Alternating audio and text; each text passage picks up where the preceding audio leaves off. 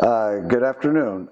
We're here today with Tim McOsker, the city councilman for the 1-5, as he has renamed it. Right. And we're here to talk about a number of the issues confronting San Pedro and what his vision for his next term in office, if he were to be elected. Right. So welcome, Tim. Recently, first of all, we would all like to offer our condolences to you and your family for the loss of your father. Thank you. And I have you've talked in the past about your family and whatnot, and it would be interesting to know what the influence of your father was on your choice of careers. Well, we grew up with 6 kids, 5 of us still living. My oldest brother, Mike, God rest his soul, he passed before my dad. My father was very proud of being a firefighter, and he was proud of the union that meant a lot to him in the fire department. And he was also very proud of the fact that, and it sounds odd, he never promoted one time. He would talk about how important it was to be a firefighter, to be a rank and file firefighter who would go in, take orders from the captains. He had a special name for the chiefs that I won't put on video. And he had a great just appreciation for public service. And he also thought it was really important to be humble about the fact that he had a really good job. Yeah. He had a really good job. I remember one time we were talking about getting a new car. And he said, no, we're not getting a new car because there's a firefighter sticker on the back of that thing, and I want people to see that I'm spending money on my kids. I'm spending money on things that are important, on my church, on my local schools, because he did send us to Catholic school. So my dad really expressed a very honorable humility about what it means to be in community and support your community. He also created in public service, and he also created a great ethic of us sticking together as a family. Mm-hmm. You do realize that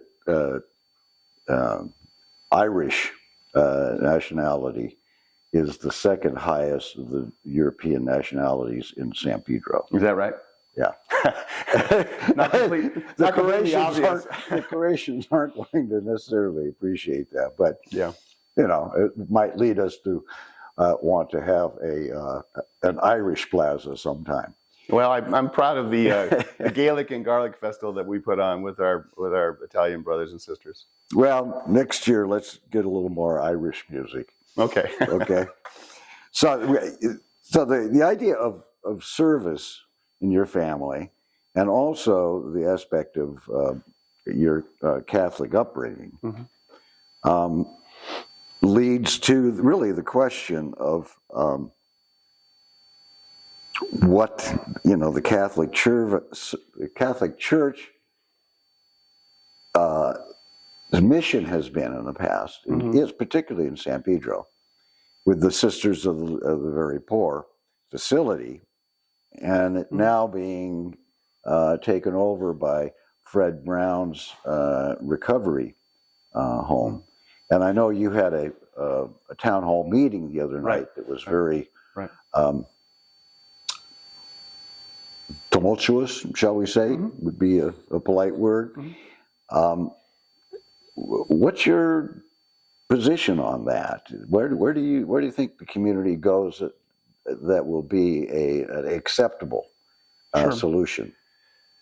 Well, let's back up and talk about how you introduce this. I mean, this with the Croatian and Italian and Mexican, deeply, long intergenerational Mexican community, and as you say, Irish community in San Pedro, there is a sort of a Catholic feel in the background of all of that. And the Little Sisters of the Poor were engaged in one of what they call the corporal acts of mercy, that's taking care of the aged. And I go far enough back to remember it was from Los Wen. Yeah. And Furman La Suenne was a high school. It was the mission of the diocese then was to educate young people. When that closed, I think a lot of people were relieved because folks were worried what would become of it. Were relieved somewhat to see that it became a facility for the archdiocese and for the nuns to take care of folks. And I think the expectation was that that would be the use of that property forever. In fact, there have been covenants put on the property to intend that to be the use for some time. And are those covenants lifted with the sale? Well, that will be a question for the lawyers. Well, you happen to have some knowledge about law. That will be a question for the lawyers. So the property has changed hands. The sisters did sell it. They sold it to someone to continue the use, and that person appears to have sold it to another entity. And the framework in the background is that in 2024, the people of the state of California adopted Proposition 1. Proposition 1 deployed through a bond issuance $6 billion to do drug and alcohol services. Very important function for the state to do. And the state legislature then put together a statute, drafted a statute that came up with a process by which people can apply for that money. Fred Brown, a very small local entity, put together an application to try to buy the Little Sisters of the Poor property with that bond money, not with their money, with that bond money, and they have proposed. They don't have it yet, and they may never get it. They have proposed a drug and alcohol services facility there. It's an important function. I am all for drug and alcohol services because that's, again, another one of the great corporal acts of mercy to make sure that we can take care of people. But we have to remember that there are at least 70 people living in the facility now that are getting memory care and convalescent care in the property. And if, like me, if you've been here for generations, you know some of those people. I mean, I have someone whose name I won't give out, who I went to grade school with, who lives there and intends to live there another 30 years. And so my concern begins with, why would we be kicking some people out who are in memory care and rehabilitative care for the sake of bringing in other folks who need services? I get it. Right. But where are they going and by whose consent? Well, wouldn't the Department of Health Services or the state mandate that those people would have to be transferred, just like the residents at Harborview House had to be transferred before anything could happen there? I would hope that the state agency would make sure that folks who choose to be transferred would be transferred in a safe and effective way. But now we're talking about folks in memory care. What is their consent? What is their consent to move? Well, it would have to be the consent of their... if they have a guardian. Their guardian. The consent of their guardian. If they have a guardian. We don't know the circumstances of all those folks. So it begins with, my compassion begins with the people that we're caring for now. What do we do about those folks?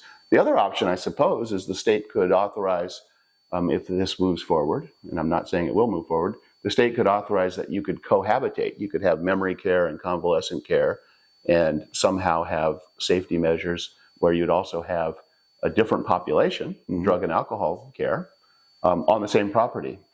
But I don't think Fred Brown is the one that would be fit for doing that.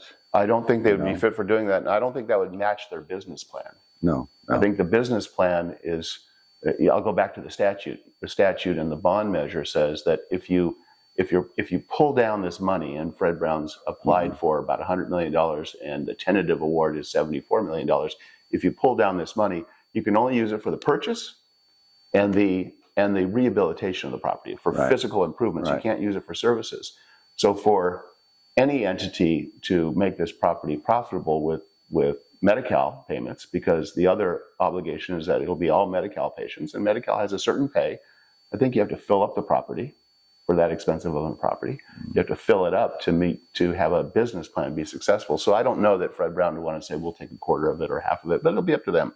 Yeah. The other issue is I want to just know more about what is the application, what is the purchase price, what does the appraisal say, does the appraisal match the purchase price? All of that should be public information. I've made a Public Records Act request on the state. I've also asked Fred Brown for it. Fred Brown initially said, well, we'll give it to you. Then they got back to me and said, we're not going to give it to you. Well, it is, if the deal hasn't gone through, right, then it becomes one of those loopholes in Public Records Act in which you have a real estate transaction that you may not be able to get to know what it is, but you can get what the listing price is. It's an application Yeah. to spend public money Yeah. that has been tentatively granted. I think the entire assemblage of the state's attorney general would have trouble finding the provision of the CPRA, Yeah. the Public Records Act, Yeah, that yeah. says that they don't have to give me that. They have to give me that. Okay. I think they know it. Well, then. And I want to see it. I want to see if we're spending public dollars, if you and I and you two are spending money, bond money, that we're going to pay it back. That's a mortgage that we're going to pay. If we're paying $47 million, that's the number I've heard, to buy that property, there better be an appraisal that comes somewhere near $47 million. I will tell you, it sold a couple of years ago for $20 million.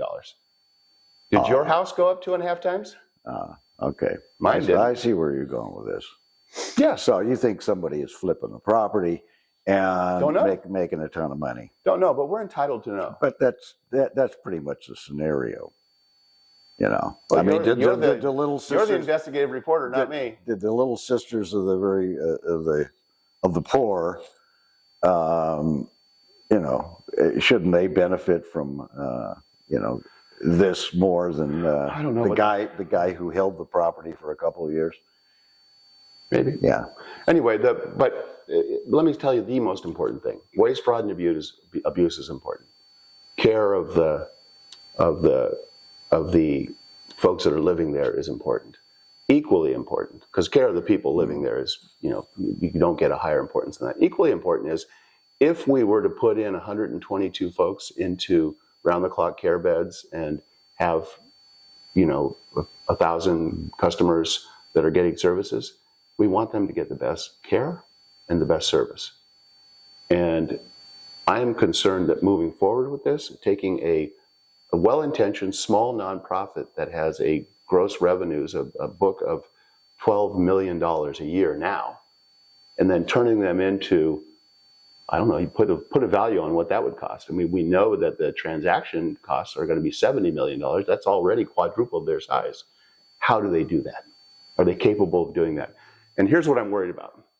I'm worried that politics and the need for successes sometimes outruns our capacity. I know that the governor's office, I know that the legislature really wants and needs to deploy this $6 billion. If you're trying to deploy $6 billion and you're doing it really fast, we're already on the second round. Right. Are you taking bids and proposals and accepting a proposal for a 6-acre property and 122 beds from a nonprofit that right now has 40 beds, 40 medical beds, Right. and has a number of houses around town, but not a single property larger than 20? Are you stretching out and saying, we want to give them this money because we just have to get this money out the door and we have to make these beds? And are we failing the very effort? Would you feel more confident if it was Beacon House that was doing it?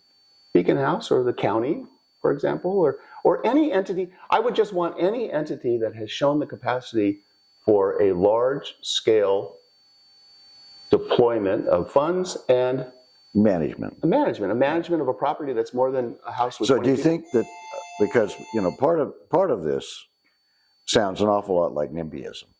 Okay. Yeah, that's the problem. Okay. I want to stay away from NIMBYism because it's an important use, but if we move forward with use, it has to work. Okay, I would agree. However, what I'm hearing from the people who are opposed to it is, why are we going to have these people here? And you know what those people are like, okay, et cetera, et cetera, et cetera. And I've heard this over many, many years. When we renovated when the California hotel was sold, everybody was, oh my God, what's going to happen? You're going to put, you know, low-income people in there, and they're going to cause problems. I heard the same thing with Yep.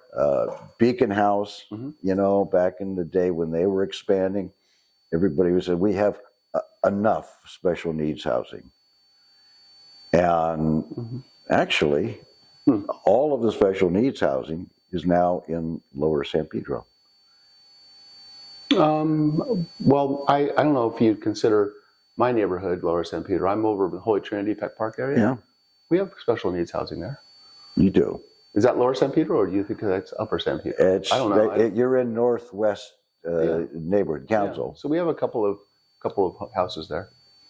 And, Silver and living of course, houses. we have senior living facilities on Western Avenue. Right. So, you know, I mean, would these people would the opponents feel better if it was, you know, a senior facility? Or are they just opposed to somebody coming in there and treating addicts? Well, here's the nature of public discourse. And, you know, I do 3 days a week. I'm in city council, and people get to, if you show up and you say you want to talk, you get to talk. Yeah. And I don't get to pick what they say. No. But I listen, and then I make decisions based upon what I think the best evidence is. And here, I think the best evidence doesn't indicate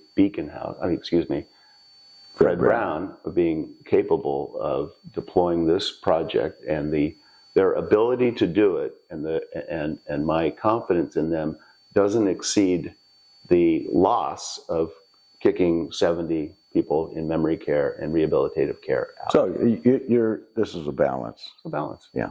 Okay. Okay. It has to be a balance. Let's move on.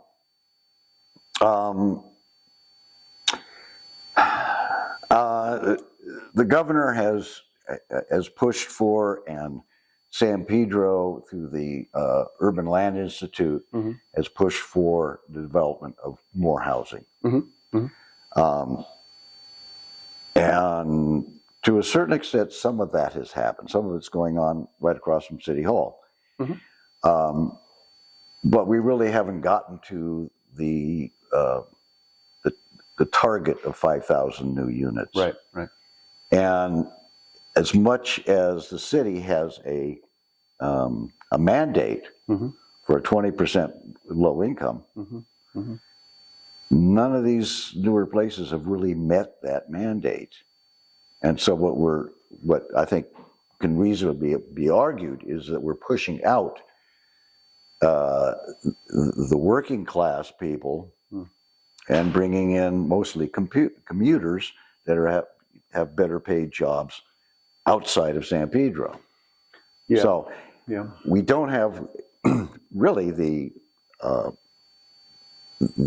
transportation infrastructure for more people. I mean, you've seen Gaffey Street when you commute up to LA, right? Right. Yeah. 65,000 cars a day there. The wall of cars. Yeah. Leaving. And then when there's a fire there or something like that, and it gummed everything up. Where's the infrastructure? Well, let me talk about affordability first for a second, okay? And we'll come to infrastructure along the waterfront and throughout the area. I think what we're seeing, especially with our older housing stock, our single-family housing, that value is going up. And I think when you see people coming in from the outside and the next generation not being able to buy, I think it's that single-family housing stock. And I will say along the waterfront, where we're seeing some new development coming in, that's a real opportunity. We do have a project that is going up. Well, it's not going up yet. It's being cleared and it's getting ready to go up right behind City Hall. And I think we're going to see some more development along Harbor Boulevard and closer to what is going to be the waterfront development, which I hope we'll be talking about. But I will also say the One San Pedro project is really remarkable for any project in Los Angeles right now. The One San Pedro project is Rancho San Pedro, as you know, and Rancho San Pedro has about 470, it's 473 actually, public housing units. Yeah. No, they're public housing units. And that project, which we all of us worked really, really hard on, and we just in the last couple of months got the final plans approved, the specific plan and the development plan, and now they're good to go, and some work is already happening. That's going to go to nearly 1,400 units, and of those additional units, we'll retain the more than one third of it will be public housing, more than another third of it will be affordable housing, and then less than a third of it will be market rate. And this is a concept that we're following up on what we're doing in Jordan Downs and Watts, where we have public housing and we're using that great land and our zero basis in the land, by the way, to bring in developers to create affordable housing that is for folks to come in and rent or buy. And we're taking some of the lessons learned from Jordan Downs and we're bringing it to Rancho San Pedro. So are you saying that some of Rancho San Pedro units will be condos to be purchased? Yeah, a small number. Yeah. What percentage? Oh, it would be of that 1,400, less than 100 will be market rate purchase and an affordable purchase, and the rest of it will be, rental. Okay, because what I see happening overall with the development here is gone away from the condos, which were done when we were working on the CRA, like the condos for purchase, you mean? Yeah, Center Street lofts, the bank lofts, and all of that. There was a lot of that, and what you get with somebody purchasing is you get people who are more committed to the community. They're not transitory or as transitory, and that changes the nature of the community. Well, I think the world's changing. For you and I are of an age where I think that held true, but I think these next generations coming up are looking for affordability, but rental is not out of the question. Right. I mean, I rented for many years before I bought anything, but it is also true that the way to having a stable economic future is having a long-term loan on a domicile, because it becomes the most valuable asset that any middle-class family ever purchases. And so we are taking that away from a whole generation of young people, and maybe they don't think they want it, but I can tell you. No, I'm not saying that. I'm just saying that I think that there was the generation before me, and this is just my observations from the arc of my family, were renters, and my generation, or maybe two generations above me, were renters, and then in the big boom after the war, I think it was buying homes, and my generation certainly was buying homes. And my experience is that purchase and rental are both on the table and important options as long as they're affordable for youth coming up. And the good news is the Rancho San Pedro, the One San Pedro project, will have affordable purchase stock. Well, that's an important thing. Yeah. That's an important thing. You don't think that they should have more units in that project? More public housing units? And first of all, more public housing units, because actually that is the pressure valve on homelessness. Yeah. Okay. Well, we're tripling the housing stock there. We're taking right now it's low density, and we're tripling the housing. And we are also, we collectively, because this is a joint venture between a nonprofit, a for-profit, and the city, HACLA, we're also creating more public spaces and creating greater connections to the rest of San Pedro. I'm familiar with the project, and sat on their advisory board for a number of years. Yeah. The property is still it's actually, the ground is still held by the federal government, is not? Yeah. Okay. So that's going to be right there on Harbor Boulevard, right down from where the waterfront's being redeveloped. And you've seen what they're doing over in Wilmington. Are you concerned at the seeming lack of progress on the waterfront, the San Pedro waterfront side, of them not securing long-term tenants? Oh, we're going to West Harbor now? Yeah. Oh, I thought you were transitioning to infrastructure, but let's make sure we talk about infrastructure too. Yeah. On the West Harbor development, and I have staff working pretty closely on the tenant improvements for the property, and we were working on the physical improvements for the infrastructure. They report that they have pretty good tenants signed up with the Hess Brewery and the Yamashiro restaurant. I know my staff member who's been working on the tenant improvements permits says that he's working on about 7 different tenants right now, and I think 5 of them are actually in construction. The TIs have been approved. Isn't it supposed to be the grand opening in June? In June and July, there's going to be the work in the public area for the World Cup, right? And then we'll have a 4th of July celebration there. So yes, but not the whole development. I think my guess is because we have secured permits, helped them secure permits to get tenant improvements, we'll probably see some retail in the middle of summer. Some retail shops open. Okay. I wouldn't guess all 7 of them, All right. but I think it'll be enough. Okay, so they're preparing for the World Cup, and then we also will then have the Olympics in 2028. Right? Infrastructure.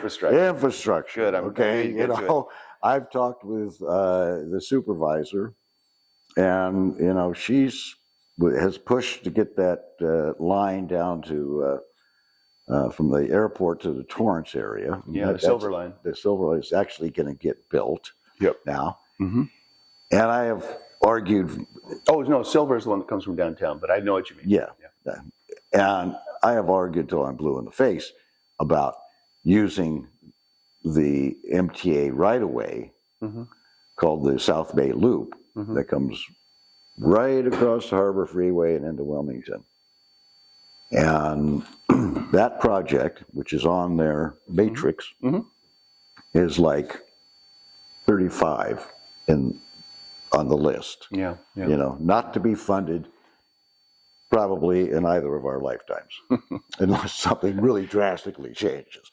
So, here we are. We have the same, basically 3 ways out of San Pedro that we had 50 years ago when I moved to San Pedro. They widened a few lanes, but we're still reliant upon public bus service and cars. And you know how much Southern California loves cars. Yeah, I do. I will say that we each remember going back to Geraldine Natz and the beginnings of the waterfront development. And remember when she made the recommendation, which was accepted, to build the infrastructure first? Yeah. And that's how we got that separation that everyone scratched their heads over and said, why do we need so much of this? When we separated Harbor from Minor, remember that? Right. And that big intersection that's still, 2 lanes in each direction and mostly empty.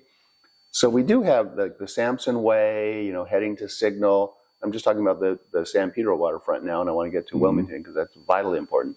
And we have the Harbor Boulevard, much improved, and then the separation, Minor and Harbor Boulevard and Beacon Street. And those were redesigned, and people were saying, well, what for? Right. When's anybody going to use that? And I think that was in anticipation of having waterfront development. Is it enough? Time will tell. More than time will tell. I want to get to this.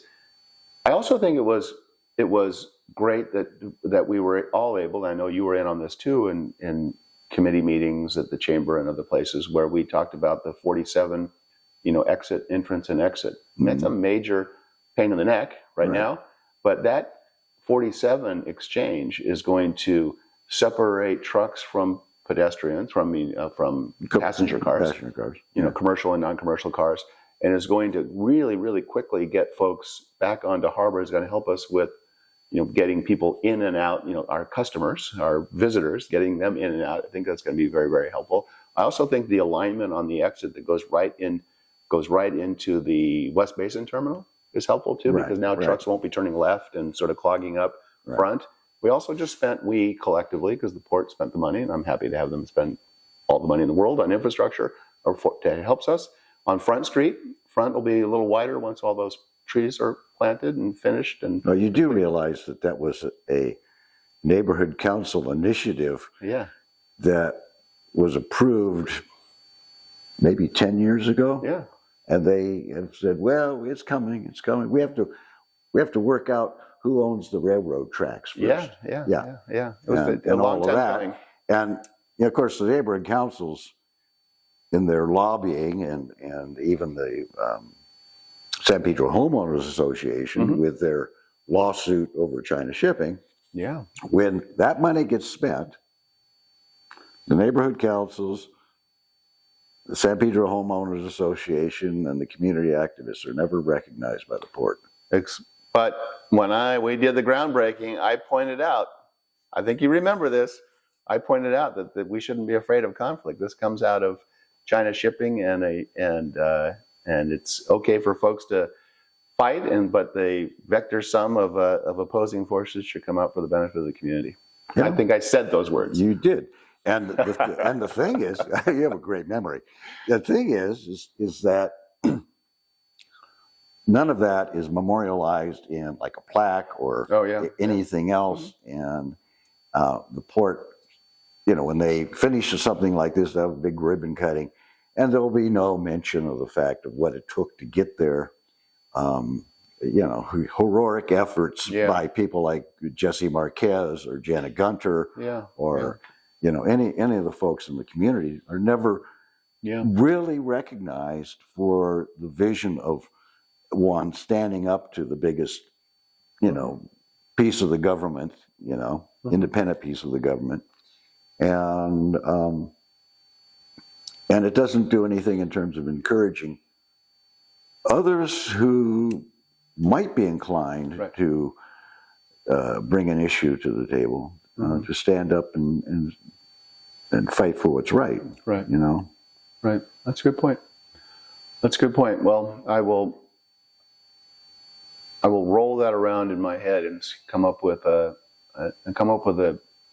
suggestions. Well, you have been toying behind the scenes a lot with the relationship of the city to the Port of Los Angeles.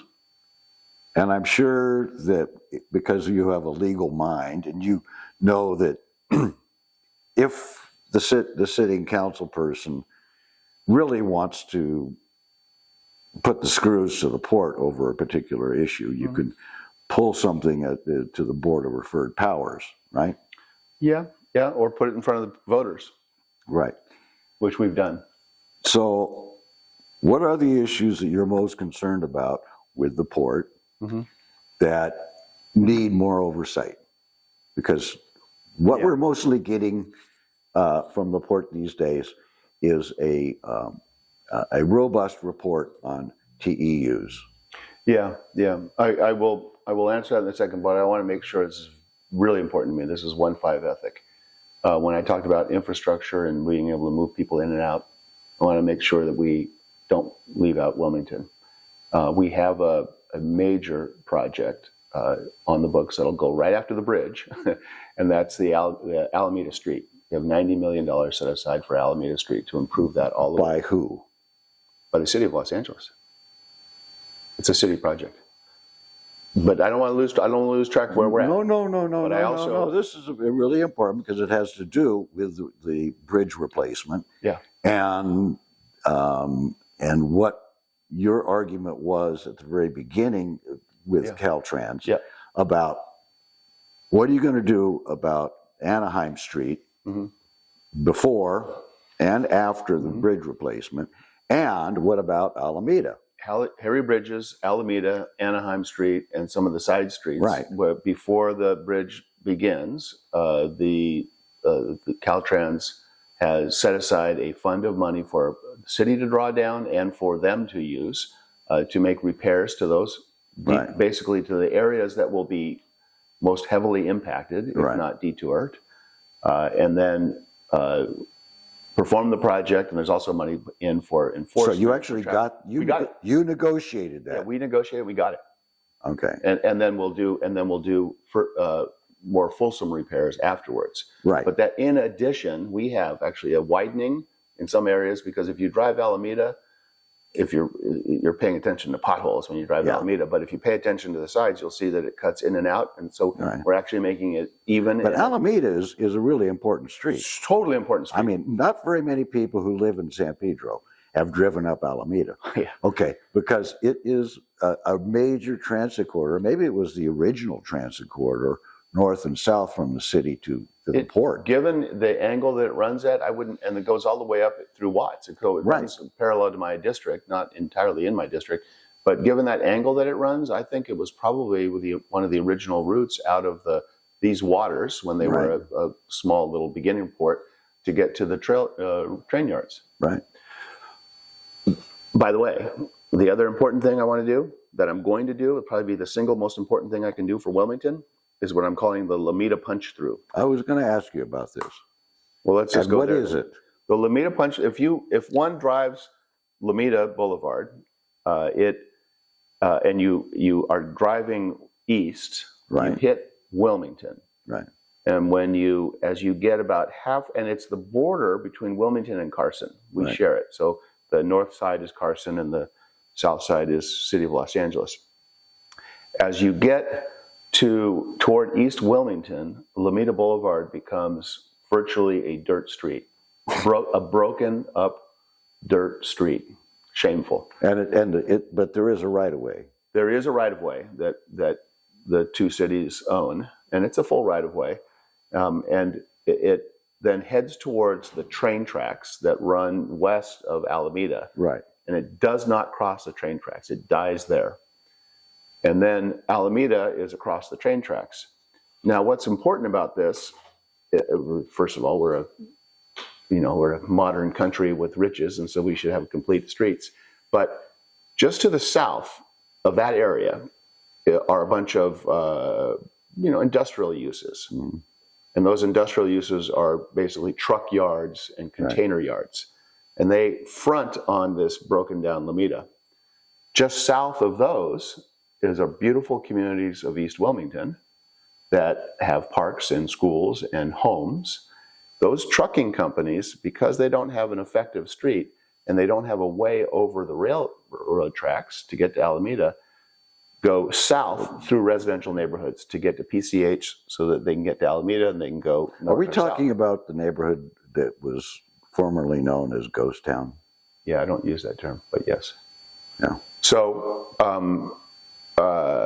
punching through Lomita Boulevard would put us in a position that we can require all of those industrial entities, as long as they exist, to have to use Lomita. They can go east or west to get to the 110 or get to Alameda, and then they can get Alameda north or south, and it would take trucks out of East Wilmington. In your plan, there's no bridge over the train tracks. So because we're drawing it right now. I went to the South Bay Council, the COG, the South Bay COG, the Council of Governments, and we pulled measure money, transportation measure money out, about $4 million, I think, although I'm not sure on that number, to do all the designs.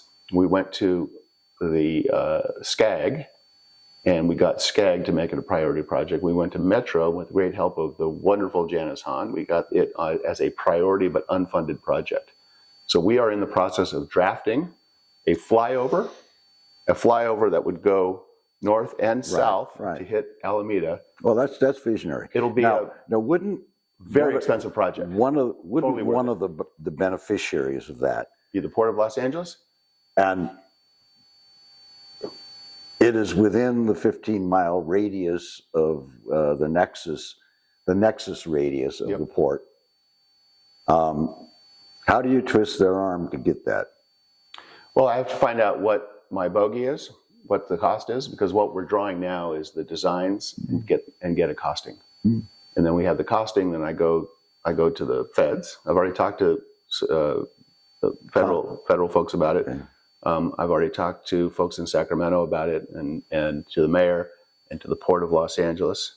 And by the way, Carson. And guess what's across the border? Long Beach. No. I mean, guess what? The property that's in Carson is the North Campus for Phillips 66. So there's a lot of reasons why a lot of people will want to develop this street. Okay. And it will be the single most important environmental justice project I can do in my time. Or, well, sure, because you just mentioned Phillips 66, which is another topic I wanted to ask you about. That's going to take longer than you're going to be in office. Mm-hmm. What is the highest and best use of Phillips 66 Wilmington site? Well, it's a I'm going to call it a Wilmington Harbor City San Pedro site. Yeah. Because it goes all the way to 5 Points. The site is about 400 acres. When you say highest and best use, that's kind of a loaded term, because it depends upon who's asking that question. I'm asking the question. The highest and best use for me is what serves the surrounding communities. Right. And so, which would be what three things? What three things? Yeah. Well, I don't know if I'm going to keep my list of three, but in speaking to our Wilmington community and talking to the neighborhood council and talking to residents, vitally important that we create opportunities for retail and dining and recreation and shopping. And so I have told the proposed developers and the landowner that I want to see an enclave type development that runs, and I'll explain what that means, that runs from the freeway all the way to 5 Points for our Wilmington, Harbor City, and our San Pedro communities. Mm-hmm. In Harbor Gateway on 190th, we have a project that was recently opened called the Enclave. The Enclave is close to Vermont on 190th. And what it is a shopping, dining, recreation experience with some great shops and some great gathering areas that is immediately adjacent to some warehouses and industrial uses, right. And next to office uses. Does it have any residential component to it? Not inside the enclave itself, but there are plans in that area for some residential, because that's a hybrid industrial zone, hybrid zone. And so that's what I want to see for Wilmington. When we talked to Harbor City folks and reached out, and I had Phillips reach out too, they wanted to see some recreation, but they wanted grocery.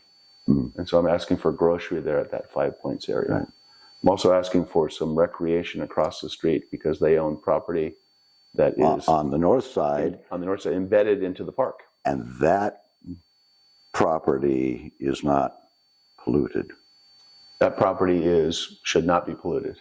I mean, I'll rely on when people drill holes and show it to me. I'll rely on that. Yeah, but it's never been part of the refinery itself.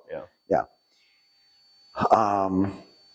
So one of the things that I learned in the 1980s is that when Ronald Reagan got into office, he opened up the gates for exporting manufacturing overseas. And during the decade of the 1980s, San Pedro lost some 30,000 of our industrial blue-collar jobs. Yeah. It was about half of the workforce. Todd Shipyard was a big part of that. Yeah. Todd Shipyard, the canneries. And we actually had two shipyards. And then there was the Navy shipyard, which left later. Right.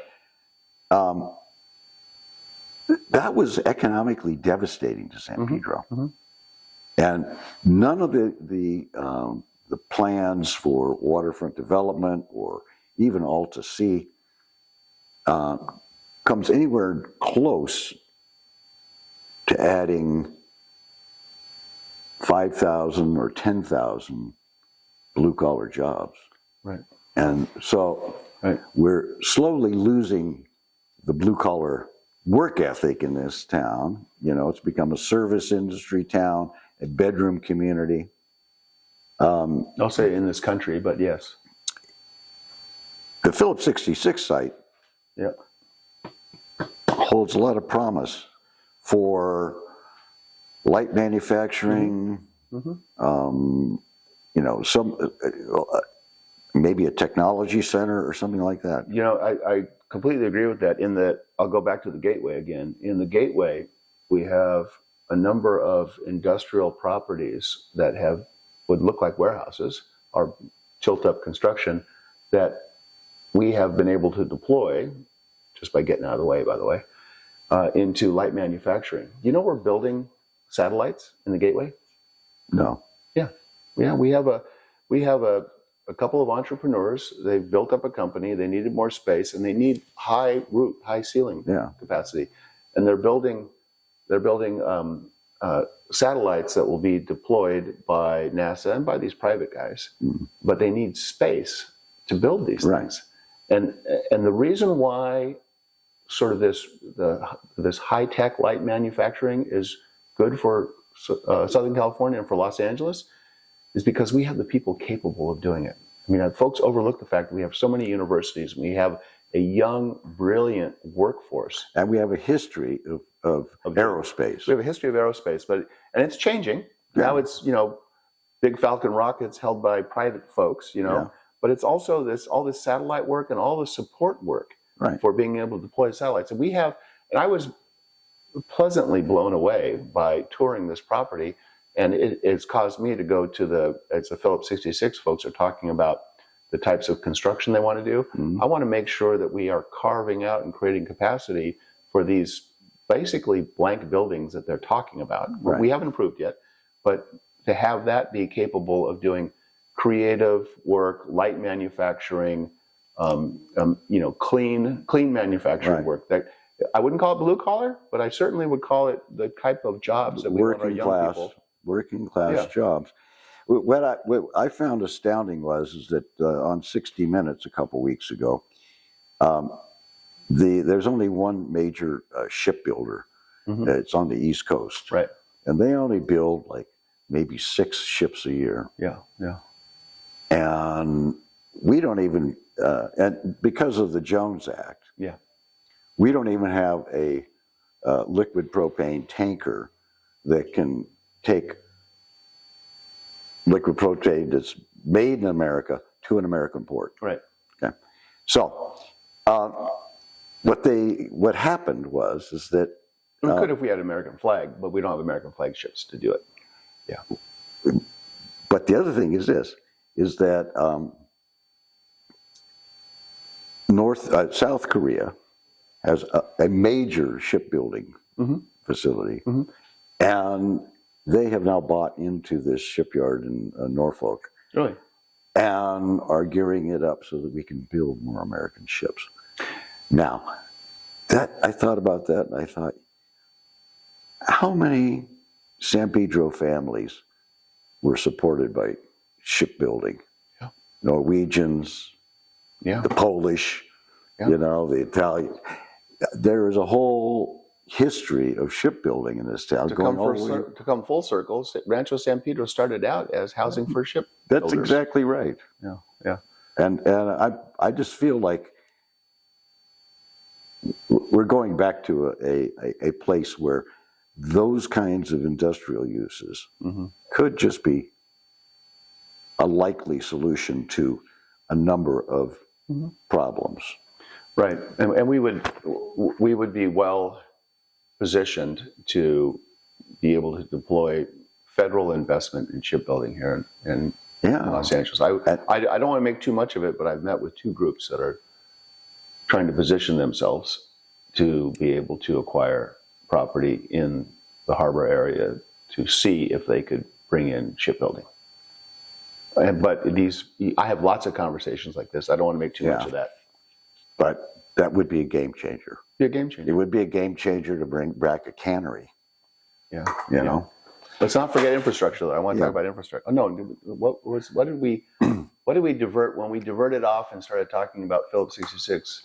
I was talking about the Lameda punch through that brought us to Phillips, that brought us back here. Yes. Is there anything else in Wilmington that is going to be a game changer? Yes.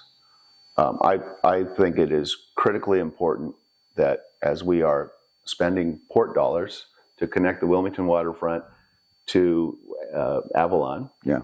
I want to bring a business improvement district, a property-based business improvement district to Wilmington.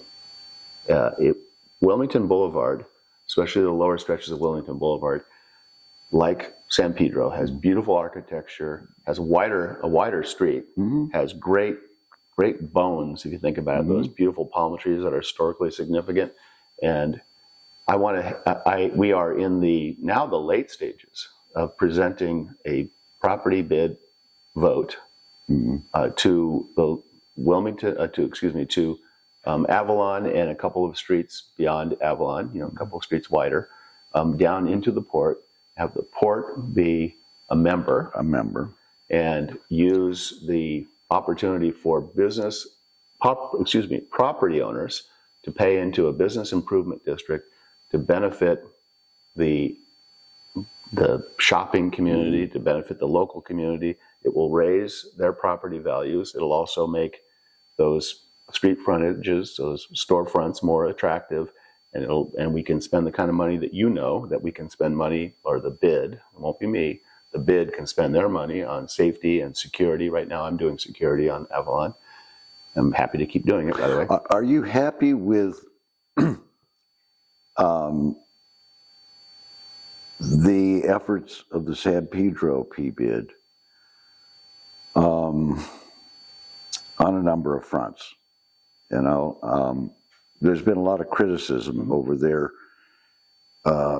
taking over of the art district, First Thursday Art Walk with their night market and things like that. Right. And it would appear as though the property owners' interests are not those of the business owners, and there's there's no mandate for there to be a conversation between those two, and yet they're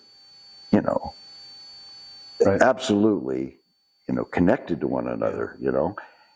In the beginning, it was a business improvement district, and the businesses were the ones who were voluntarily paying into the system. It didn't work very well, but the businesses who were interested in improving the district were there at the table. Yeah. Now they're not. And I think that is a strategic problem with the P-bid model.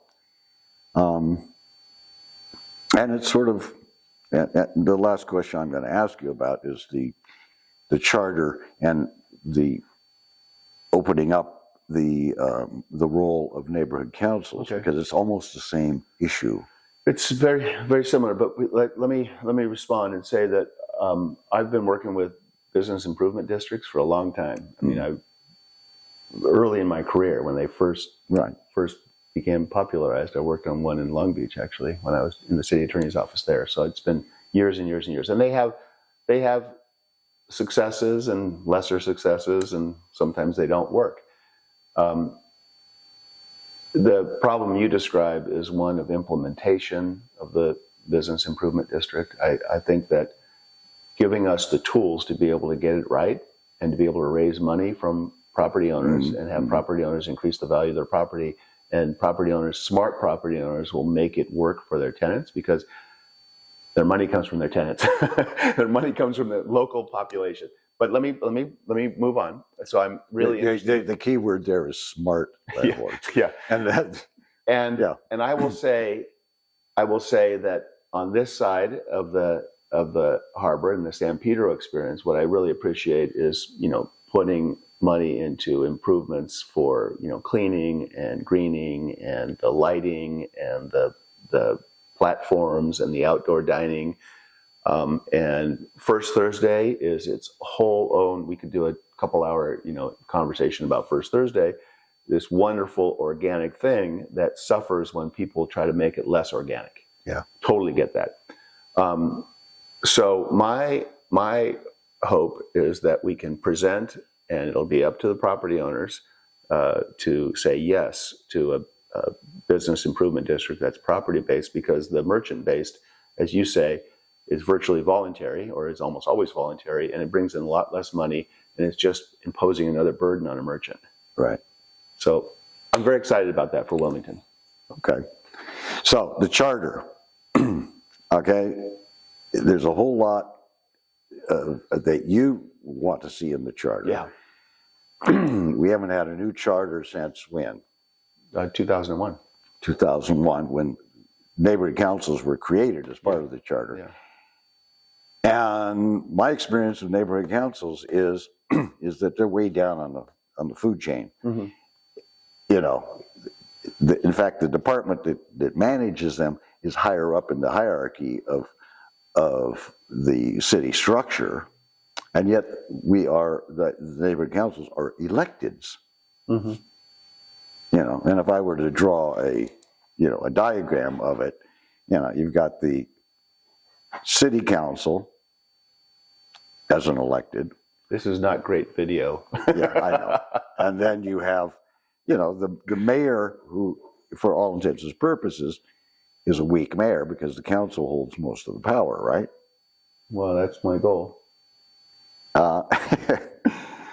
And then you have departments, and the departments, the one department that has been completely or almost completely inept is the Department of Neighborhood Empowerment that oversees neighborhood councils. Mm-hmm. And I would think that the neighborhood councils being elected by the people Mm-hmm. should be above the Department of Neighborhood Empowerment so that they can assist. Yeah. The same way that you have a legislative analyst who Right. assists. Right. I was thinking CLA vis-a-vis council, Yeah. or the relationship between CLA and council, who supports the council's efforts.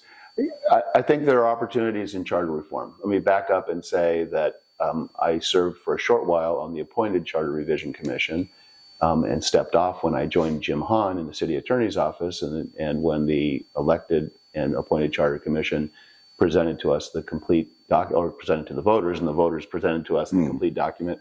I was in the city attorney crew that wrote all the ordinances to implement it. I mean, that was a big effort, an important effort.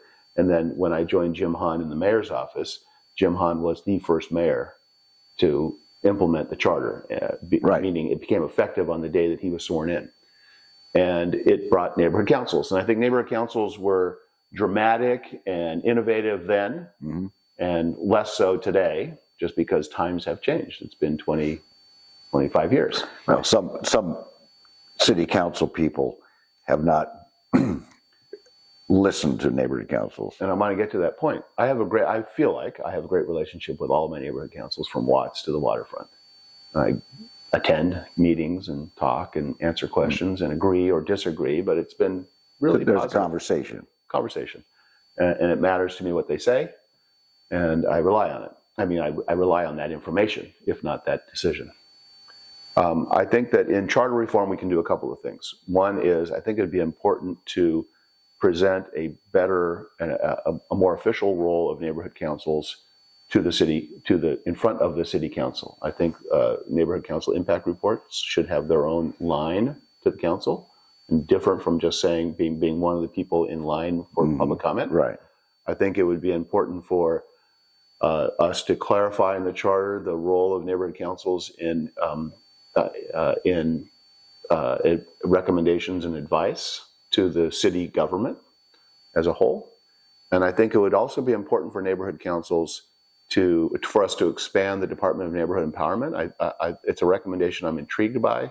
I'm going to think through it more, but I think expanding the neighborhood council, but the Department of Neighborhood Empowerment, and having that commission have appointees recommended by Congress of Neighborhood Councils might be helpful. It might create. But should Dunn be subservient to the neighborhood councils?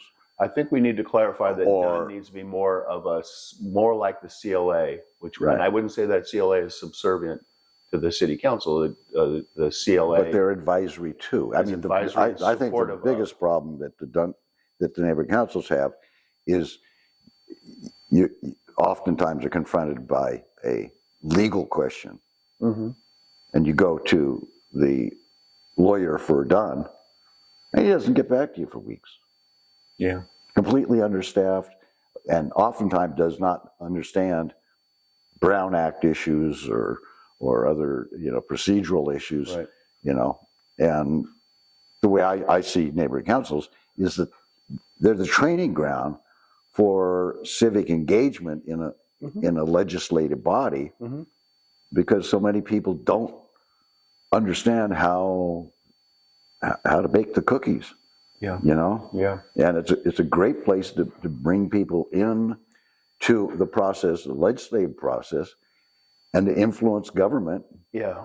From the grassroots, which is what it was supposed to be. Right. And I think it's really important looking up to, neighborhood councils advising and talking to the government, but don't underestimate the importance of this. I lived it this morning, actually. I went to a coffee with a cop also in the Gateway, and the neighborhood council was there, and neighborhood council members who represented districts were giving me all of the input and descriptions of the constituent care that they were doing. People call their neighborhood council members, and they expect, if I call and say pothole, broken street light, someone living in the sump behind my house, I need to know, where do I go?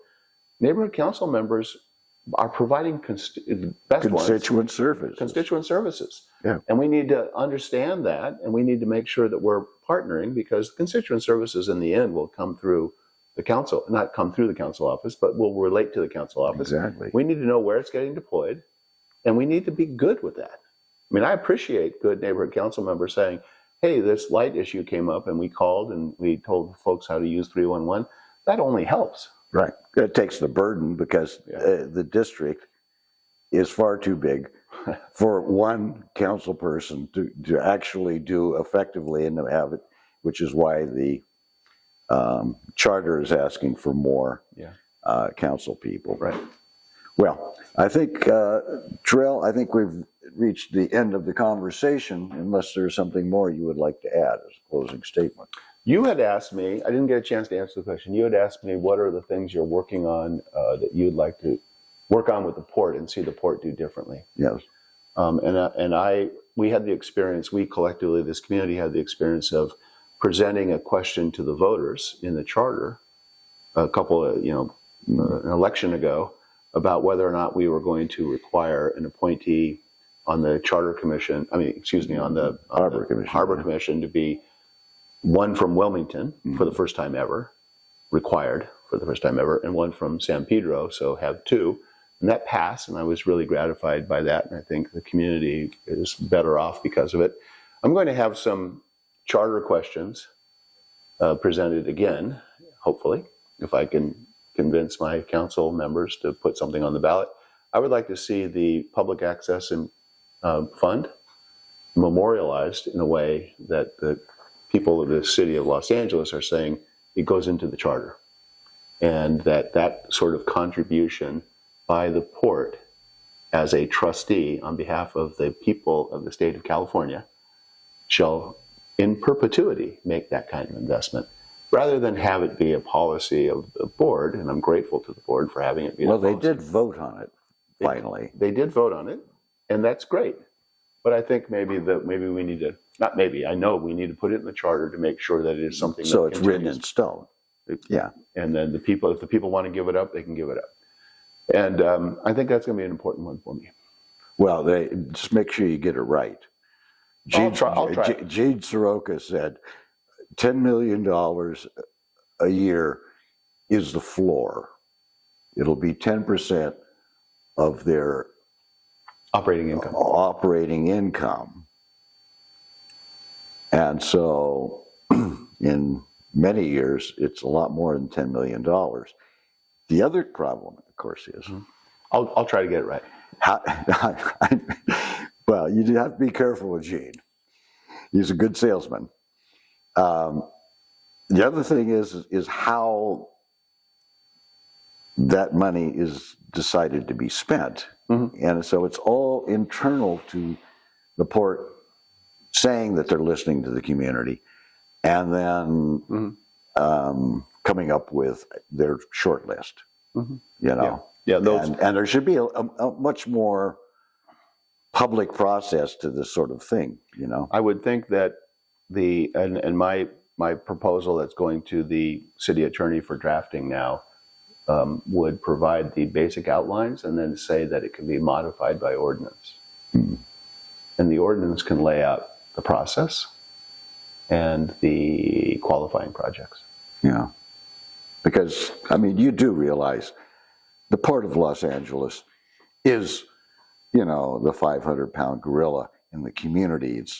It's the one that is the driver for the, you know, the biggest part of our local economy, and they hold a lot of political sway because they are on the PBID board, they're on the Chamber of Commerce.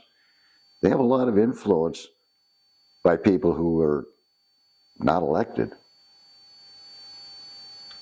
And that sometimes... If you ask me whether I've noticed, yes. Yes. I've noticed. And that 500-pound estimate is probably after a full complement of Ozempic. Yes. All right. Okay. Well, I think we're going to wrap up. And Good. Tim, thank you for your time this morning. Thanks. Thank you. Thank you. It's always a pleasure to talk about public policy. Good luck with the election. Oh, thank you.